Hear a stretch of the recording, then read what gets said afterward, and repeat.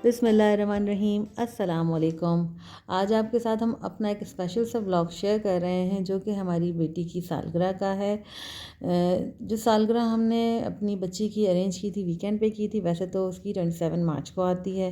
तो सालगिरह वाले दिन हमने क्या कुछ बनाया, खिलाया, पकाया, कैसी रही रूटीन, वो हम दिखाते हैं आपको। ये अगले दिन का क्लिप है जो बर्तन हमने धो के जगह जगह रखे हुए थे सूखने के लिए, ताकि अच्छे से ड्राई हो जाएं। आप जैसे जानते हैं कि जो दावतें जब होती हैं उसके पहले और दावत ख़त्म होने के बाद कितना ज़्यादा फैलावा होता है।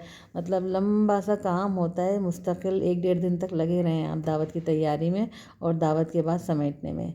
तो ये बन रही है एक डिश जो कि है पास्ता, चिकन पास्ता मैंने बनाया था। हमने कुछ इस तरह से मैनेज किया था चीज़ों को कि शाम के वक्त जो है तमाम चीज़ें गरम गरम तैयार हों। लेकिन आजकल तो गैस के इश्यूज़ इतने ज़्यादा हैं, गैस की लोड शेडिंग इतनी ज़्यादा हो रही है, हम बड़े डरे हुए थे। पर शुक्र अल्हम्दुलिल्लाह उस दिन पूरा दिन गैस थी। तो ये हमने सुबह से ही तैयारी शुरू कर दी थी। जैसे कि आप देख रहे हैं कि आगे जाके आपको अंदाज़ा होगा कि हाँ जी हम चीज़ें बना रहे थे तो चीज़ें पकने में टाइम लेती हैं। इसी तरह हमने ये किया था कि पास्ता को किस तरह से मैनेज किया था कि पास्ता उबाल के हमने रख लिया था और उसका मसाला हमने पहले तैयार कर लिया था। अच्छा, उबाल के रखने के बाद ये होता है कि पास्ता चिपक जाता है, इसको हमने अच्छे से कवर करके रखा था, फिर भी वो चिपक जाता है आपस में। तो जब हम इसे मिक्स कर रहे थे तो उस वक्त हमने इसको एक दफ़ा पानी से धो लिया था, उसके बाद उसे मसाले में ऐड किया था। ये हमने कौरमा बनाया है। हमारे पास टाइम बिल्कुल भी नहीं था कि हम इसकी रेसिपी, इसका क्लिप, कोई और एक्स्ट्रा क्लिप आपके साथ शेयर कर सकें। हम रिकॉर्ड ही नहीं कर सके। दूसरा, हमें अंदाज़ा नहीं था कि हमारे मोबाइल की जो बैटरी है वो भी लो हो गई है और दूसरी उसकी मेमोरी भी फुल हो गई है। बहरहाल कुछ क्लिप्स हैं जिनके साथ हम आपके साथ उस दिन की तमाम चीज़ों को शेयर करने की कोशिश कर रहे हैं। बाय द वे, हमने जो क़ोरमा बनाया था बहुत मज़े का बना था। और ये हैं हमारे चीकू साहब, ये इंतज़ार में है कि कोई और मज़ीद एक्स्ट्रा बोटी हो तो इन्हें मिल जाए।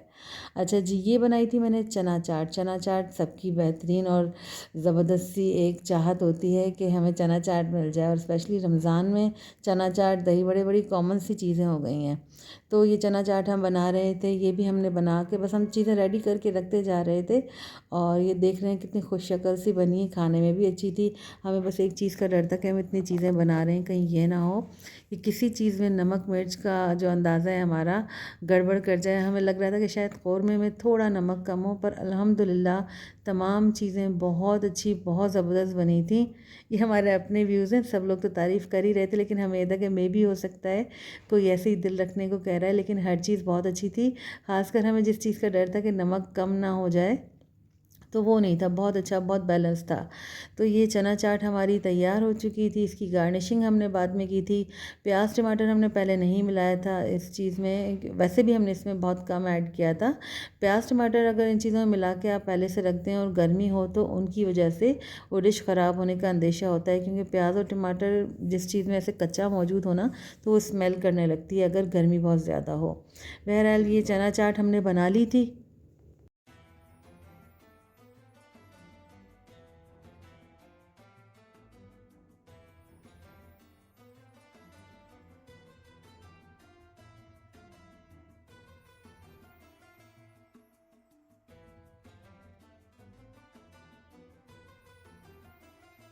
अच्छा, इस चना चाट की डिटेल रेसिपी में हम आपके साथ पहले भी शेयर कर चुके हैं। इसका लिंक इंशाल्लाह हम डिस्क्रिप्शन बॉक्स में डाल देंगे। तो होपफुली आप उसे अगर देखकर लग रहा है कि मज़ेदार है तो उसे बनाएंगे तो यकीनन इसे पसंद करेंगे।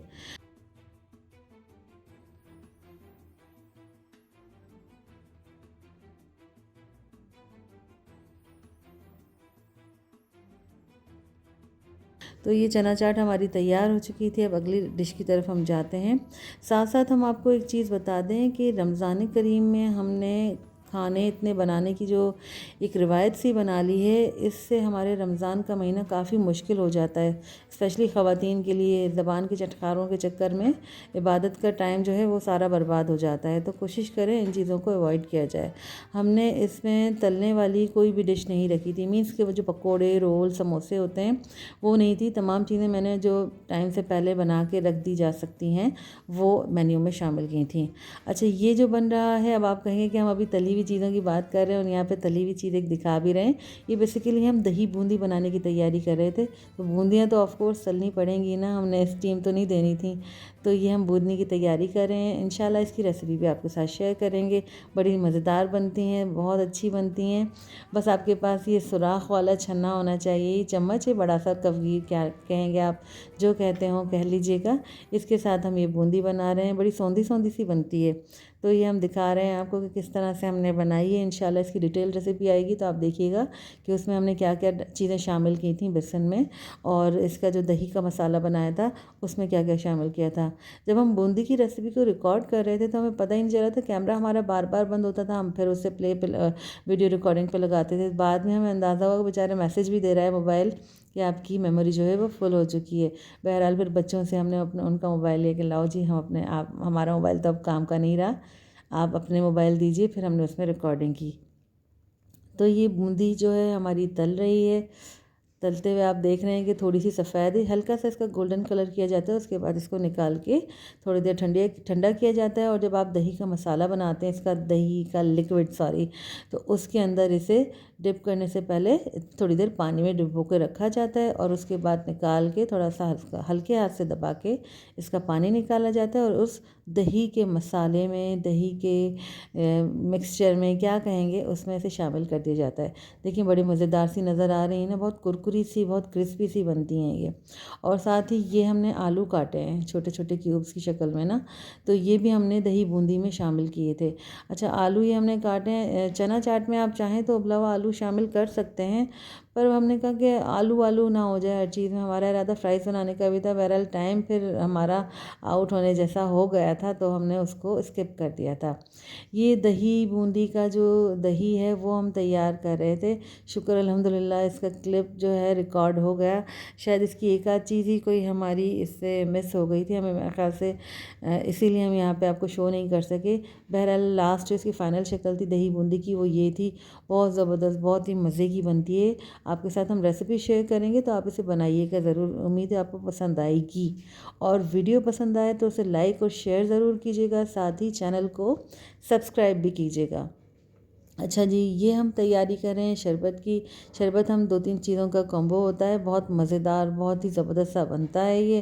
क्योंकि बच्चे आजकल वो लाल शरबत जो है उसको इतना लाइक नहीं करते। हम भी पर्सनली बहुत ज़्यादा नहीं पीते, तो बहरहाल हमने वो शरबत कुछ चीज़ों को मिला के बना लिया था।